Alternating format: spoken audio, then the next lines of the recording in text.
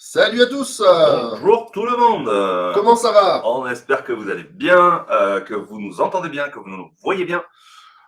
Si la technique marche, dites-le nous dans les commentaires, dans le chat, si ça fonctionne comme il faut. Salut Mehdi. Bonjour à toi, Patrick. Salut Patrick. Oui, alors j'ai posé la question tout à l'heure dans le chat. Est-ce que vous investissez déjà? Ça nous intéresse de savoir si vous êtes déjà investisseur et puis dans quoi vous avez investi, tant qu'à faire. Ça nous donne des infos et ça nous permet de nous adapter aussi à vous et à votre profil. Du coup, Patrick, il a un petit appartement entièrement rénové et un immeuble est loué et un immeuble de 4 apparts à rénover. D'accord. Bienvenue à toi, Patrick. On a vu Mehdi, c'est bon. Esteban, salut Esteban, tu viens régulièrement. Arlette aussi, salut. Comment vas-tu? 2 élèves de l'école de l'abondance. Et ensuite, admin, il faudrait que tu me donnes ton prénom si tu veux bien. Bonjour à toi aussi, tout fonctionne bien, je te remercie. Alors aujourd'hui, effectivement, on va parler de la fiscalité, même de défiscalité finalement.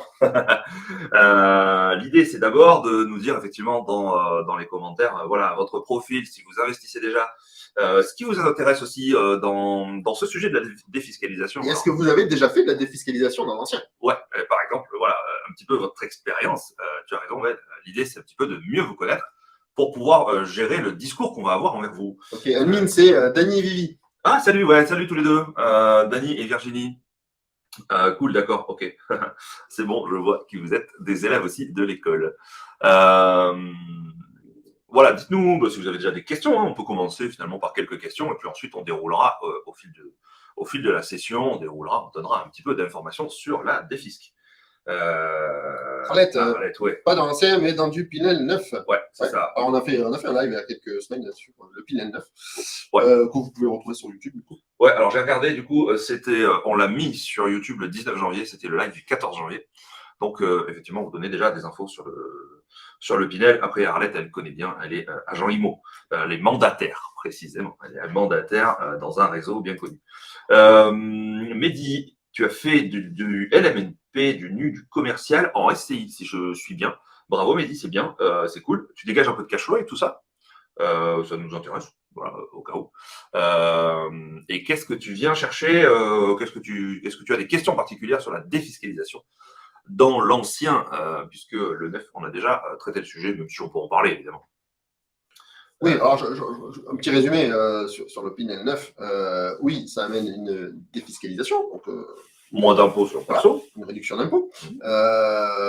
Mais je rappelle, on est en nom propre à ce moment-là, et on ne peut pas louer un meublé. Donc, on ne peut pas faire de LMNP. Donc, par définition, on est en nom propre, on ne peut pas faire de meublé. Donc, on est au revenu foncier. Et revenu foncier, c'est pas une bonne case en fiscalité. Hein, on se fait un peu matraquer. Ouais, les 2 premières années, c'est intéressant, mais quand on n'investit pas pour 2 ans. Et après, effectivement, c'est plus compliqué. Tu as raison, Ben, c'est là où on est le plus fiscalisé. D'accord. Donc, qui me reprend, effectivement, non, il n'est pas en SCI. Évidemment, là, tu nous parlais d'LMNP, excuse-moi, j'ai pas percuté. La SCI, c'est en plus. Voilà. Oui, pardon. Ouais. Du coup, en fait, l'avantage fiscal que vous avez avec le Pinel 9, vous perdez largement en fait avec malheureusement avec la mauvaise fiscalité du foncier, tout simplement. Voilà, donc ça c'était une des premières choses. Une deuxième chose, je rappelle, le Pinel, c'est que dans certaines zones, c'est des zones entre guillemets beaucoup trop chères. Voilà, et tu achètes du neuf. Bon, tu cumules tout ça, franchement, c'est pas une bonne opération. Voilà. Pour faire ce qu'on veut, après, pour enchaîner les biens, faire du cash flow positif, etc. Gagner de l'argent avec l'immobilier. Exactement. Après, si on veut juste défiscaliser, il n'y a pas de souci. Mehdi qui nous dit qu'il est passé LMP maintenant, d'accord. Ok, Mehdi.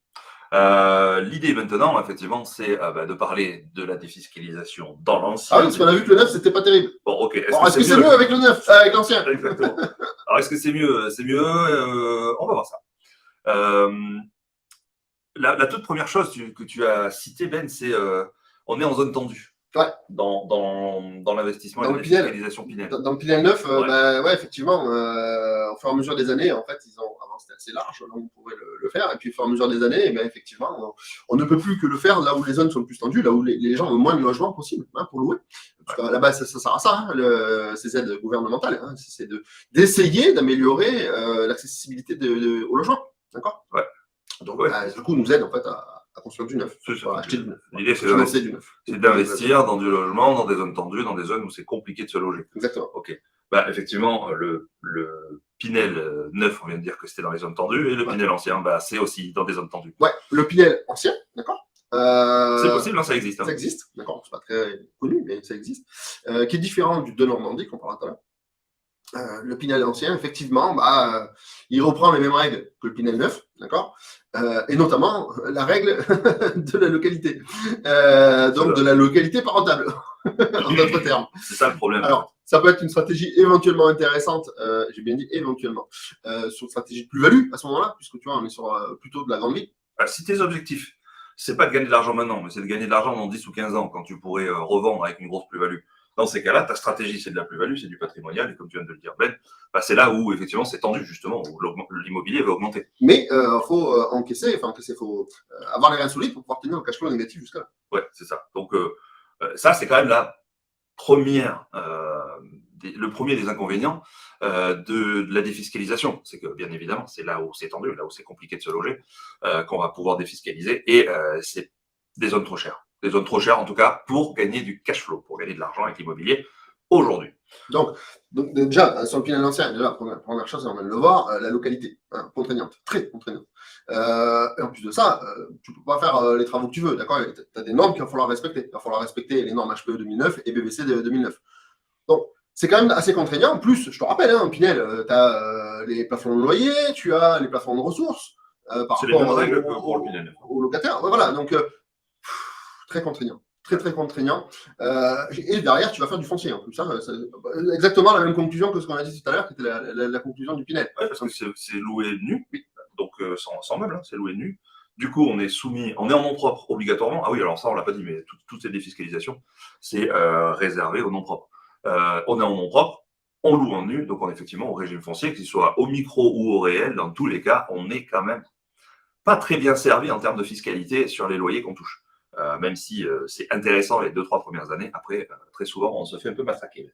Ouais, alors, c'est en nom propre, dans certains cas, ça peut être de la SCI à l'IR, mais c'est certains cas, là, c'est au cas par cas. Ouais, très bien. Donc, on vient de voir globalement le Pinel ancien. Ok. Dans la défiscalisation immobilière, dans l'ancien, il n'y a pas que le Pinel. Non, il y a le de Normandie. Alors, le de Normandie se base sur le Pinel. Hein, c'est la même philosophie, d'accord? Il y a aussi les plafonds de loyer, il y a aussi les plafonds de ressources, etc. C'est aussi en nom propre, donc il y a aussi les inconvénients. Mais il y a une différence majeure, c'est qu'on n'est pas obligé d'aller le faire dans les grandes villes. On n'est pas obligé d'aller en zone tendue. Alors, on ne peut pas le faire où on veut non plus. D'accord. On peut le faire où alors? Tu peux le faire dans des endroits qui sont ce qu'on appelle action cœur de ville. Alors, il y a d'autres typologies, d'accord? Mais globalement, dans certaines villes, tu as des listes qui sont publiques et que tu retrouves sur Internet. Tu as des villes qui sont possibles dans lesquelles tu vas pouvoir réaliser le de Normandie. Mais dans ces villes-là, tu vas pouvoir trouver des villes rentables. Ouais, c'est la grosse différence. Pinel l'ancien, finalement, tu ne peux pas le faire dans des endroits rentables, mais le de Normandie, tu peux le faire dans des endroits rentables. Presque où on veut, du moment que c'est en cœur de ville. Évidemment, tu as une liste et tu retrouveras sur Internet, il n'y a pas de problème. Et du coup, on va pouvoir retrouver des villes plus petites, genre 5, 10, 15 000 habitants, où donc ça sera a priori moins cher à l'achat et donc plus rentable, puisqu'on a toujours nos plafonds de loyer. Mais si on a quand même acheté moins cher, on va se retrouver quand même avec un meilleur rendement. C'est ça. Non, mais tu conserves tous les inconvénients qu'on a déjà vus dans la vidéo sur le Pinel 9, en fait. Hein, c'est tout pareil. Hein. Il y a forcément des différences, mais étant donné que tu as quand même un plafond des loyers et un plafond sur les ressources des locataires, c'est quand même un peu plus compliqué. Et un régime fiscal imposé. Voilà. Et voilà, c'est ça. Comme le régime fiscal t'oblige à être en location nue, donc au revenu foncier, attention. Ouais. Voilà. Ok. Autre chose qui existe? Ouais, il y en a d'autres. Quand même donner quelques infos pour aller rechercher sur Internet. Là, c'est les deux majeurs. Il y en a d'autres, mais qui sont plus pointus. Tu vas avoir les dispositifs Malraux, par exemple. Ouais. Alors, Malraux, par contre, il n'y a pas le plafonnement des loyers, d'accord? Mais la localité, là, c'est plus compliqué.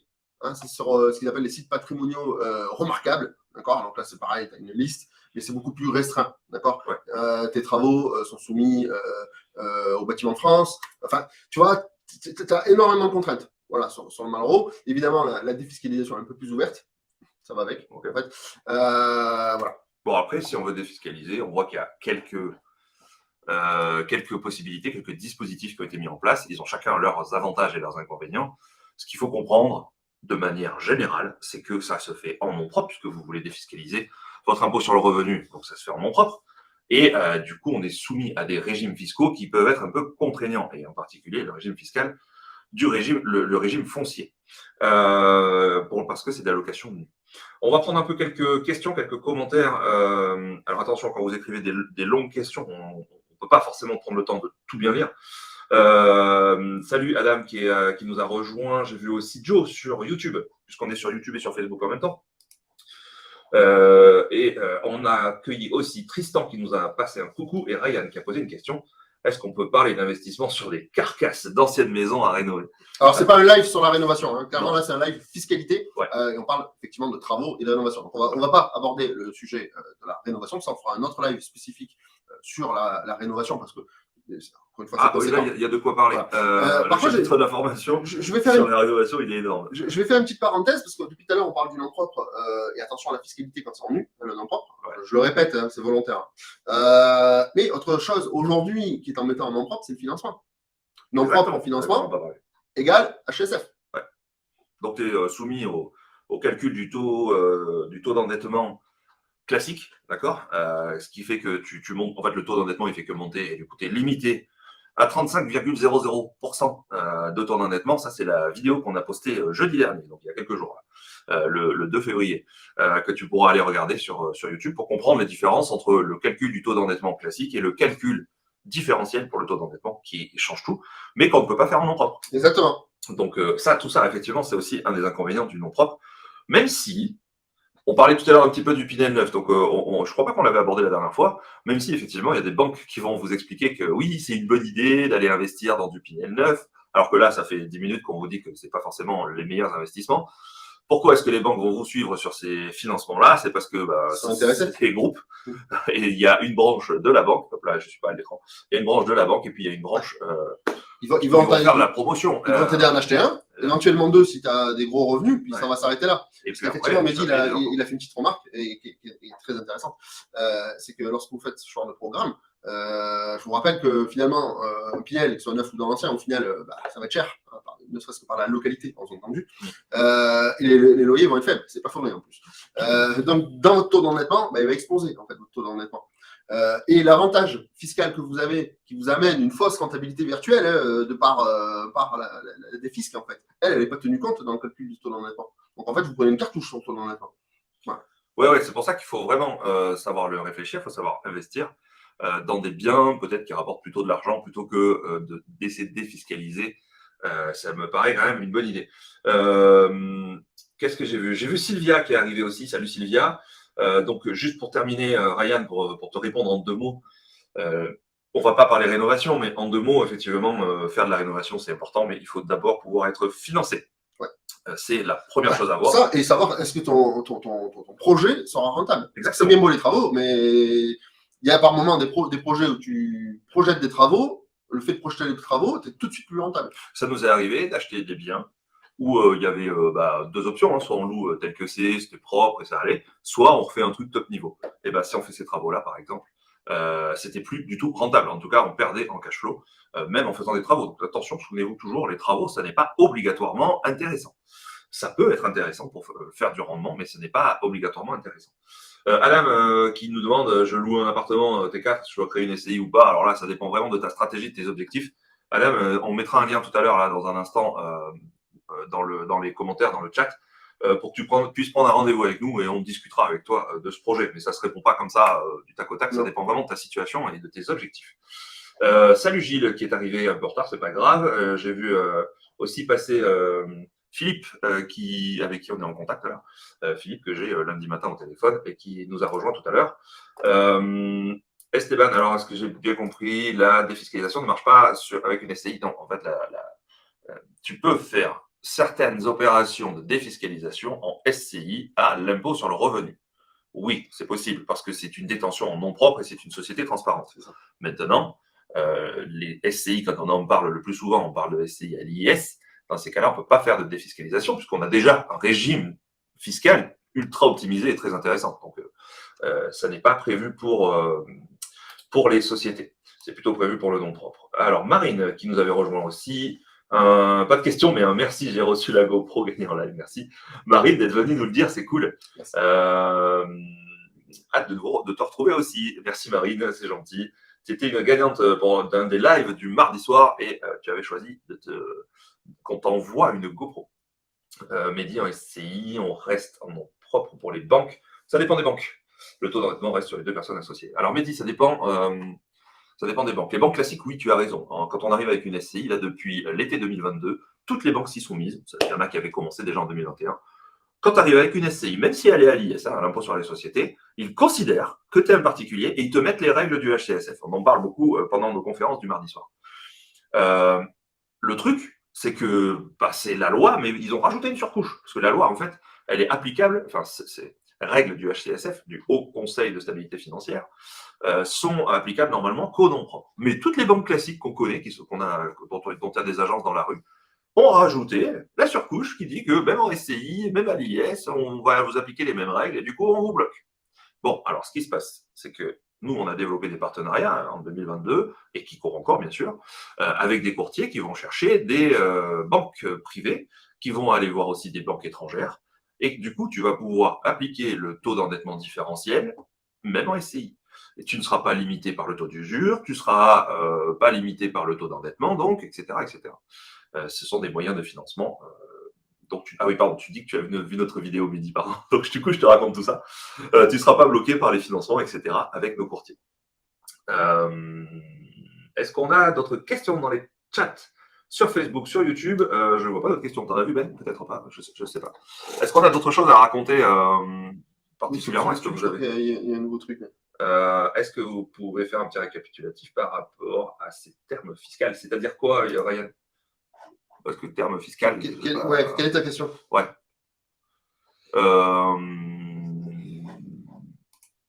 Parce que en fait, ce qu'il faut comprendre, c'est qu'il y a plusieurs régimes fiscaux. Alors peut-être que c'est ça qui te manque. Il y a plusieurs régimes fiscaux dans l'immobilier, 6 ou 7, qu'on balaye entièrement de A à Z dans notre formation, un par un, on les regarde et puis ensuite on les compare, etc. Dans notre formation fiscalité immobilière. Et en fait, ce qu'il faut comprendre, c'est qu'il y a différents régimes fiscaux. Il y en a qui sont appliqués quand on détient le bien en nom propre, et donc le calcul de l'impôt, il est appliqué sur les loyers qu'on touche, par exemple, ou le résultat fiscal. Hein, voilà, ça dépend des régimes. Que tu sois en location nue. Ensuite, si tu es en location meublée, c'est d'autres régimes fiscaux. Donc, ça fait 2 de chaque côté. Et ensuite, tu as les régimes fiscaux appliqués aux SCI, donc aux sociétés civiles immobilières. Et elle peut être soumise à l'impôt sur le revenu ou elle peut être soumise à l'impôt sur les sociétés. Donc, tu vois, ça fait 6 régimes. Hein, je cherchais tout à l'heure. A priori, ça fait 6 régimes fiscaux différents. Et chacune a ses propres règles. Et chaque régime a ses propres règles. Et tu vas arriver à une imposition différente pour un même bien et un même loyer. Donc, je ne sais pas si c'était ça ta question. Après, je ne vais pas pouvoir te les dérouler tous. Notre formation fiscale dure 18 heures, donc ça va être compliqué. Là, dans un live qui finit dans quelques minutes. Mais voilà un petit peu le principe à comprendre. Et donc, comme on disait tout à l'heure, l'investissement, la défiscalisation immobilière, c'est réservé aux investissements en nom propre ou aux SCI, aux sociétés civiles immobilières soumises à l'impôt sur le revenu, parce que ce sont des sociétés transparentes.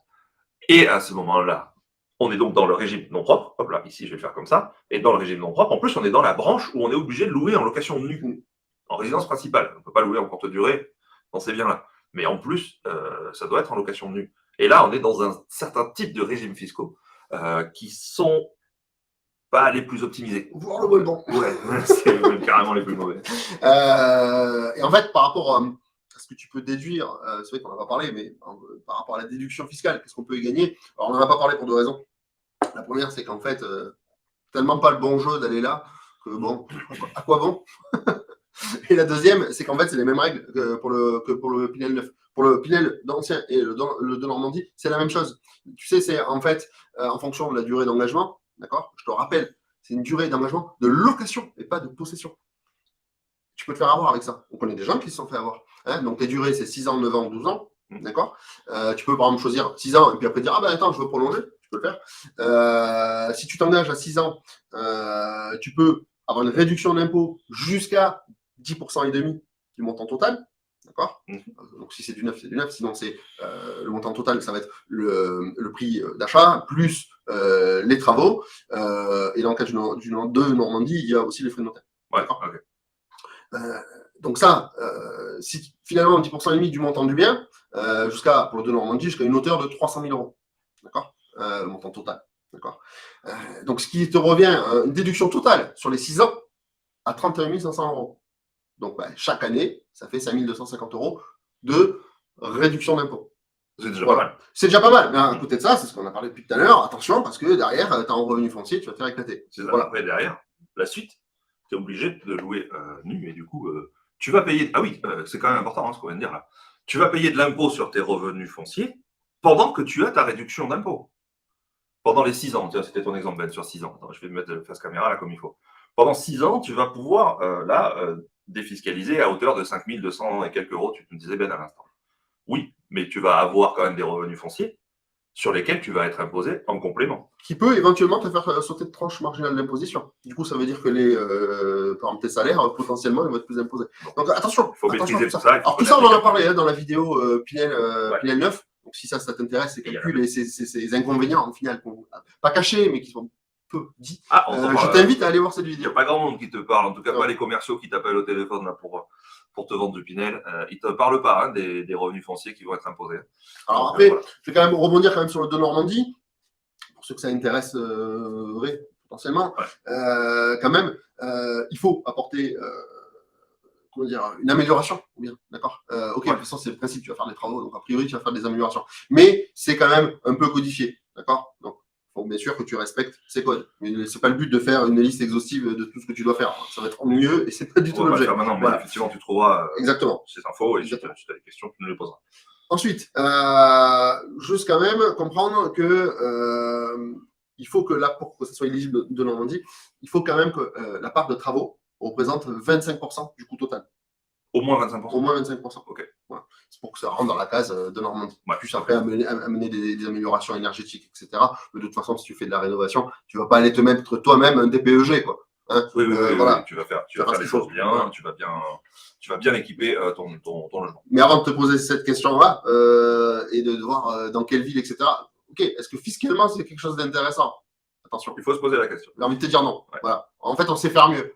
Beaucoup mieux. Voilà. Oui, exactement.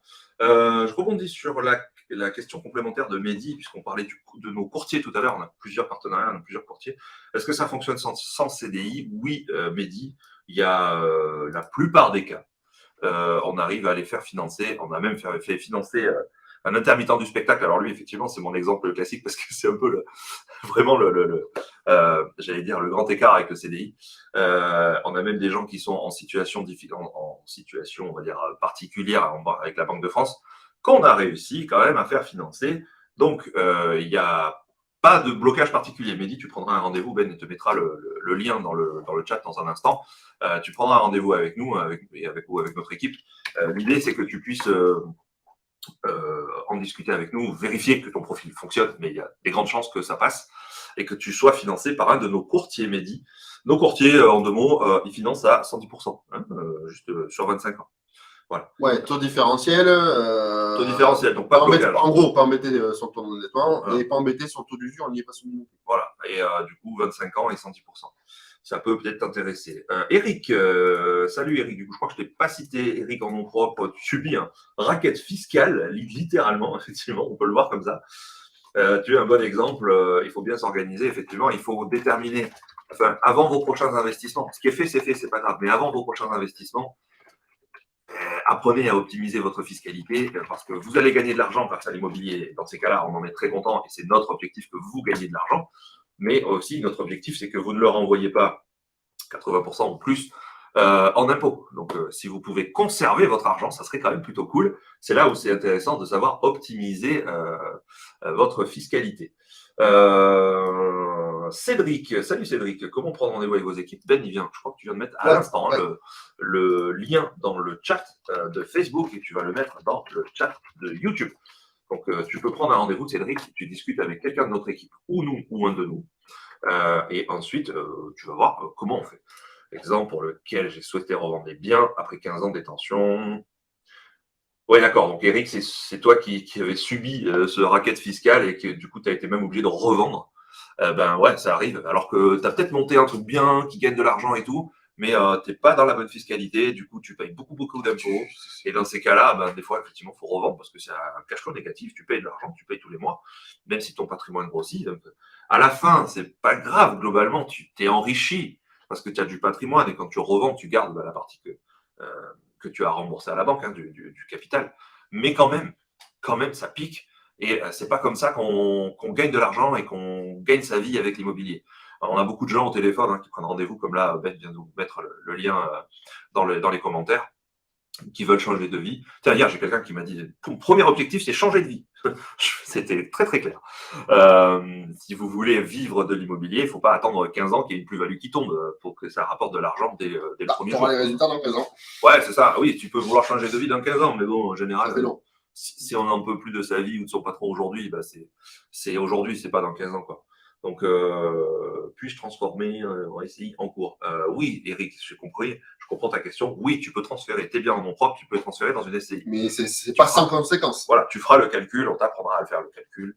Pour savoir si c'est intéressant, on a des élèves qui le font. On a des élèves qui ont choisi de effectivement passer leur bien en nom propre dans une SCI.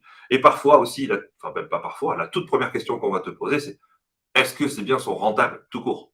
S'ils sont suffisamment rentables par rapport à ce qu'on peut te permettre d'acheter, ce qu'on peut t'apprendre à acheter, des rendements au-delà de 12% brut,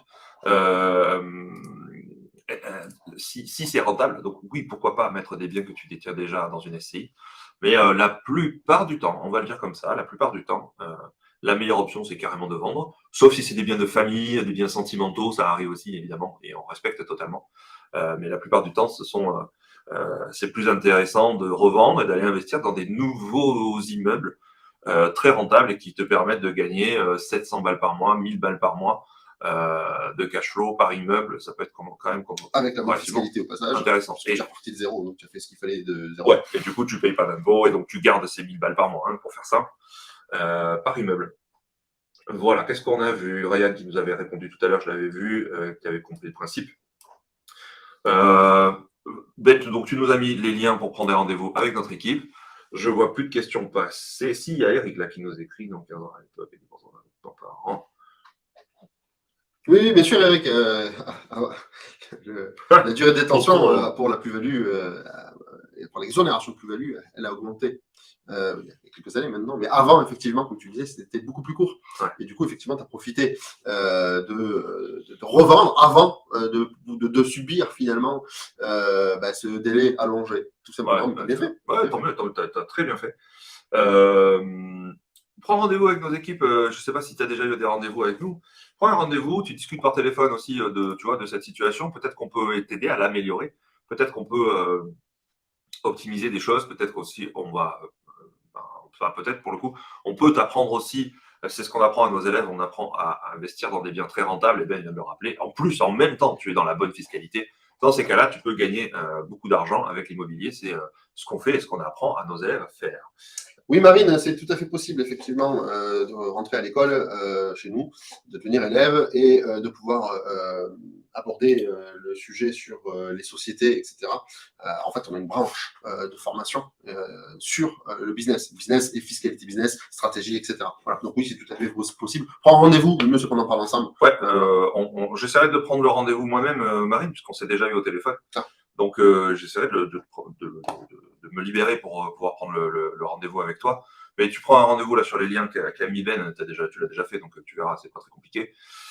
Pour discuter de tout ça avec toi. On est là, en fait, notre école, elle est là pour vous aider à changer de vie, quel que soit le modèle que vous voulez atteindre. Soit gagner 4000 balles par mois et ne plus rien faire, soit gagner 4000 balles par mois avec l'immobilier, plus 3, 4, 5 000, 10 000 avec un nouveau business, on sait le faire aussi. On est là aussi pour vous apprendre à faire ce que nous on fait et à gagner de l'argent avec nos business, avec notre immobilier. Donc voilà, je me souviens pas, pardon, de tes objectifs précis, mais on pourra en discuter, Marine, sans problème.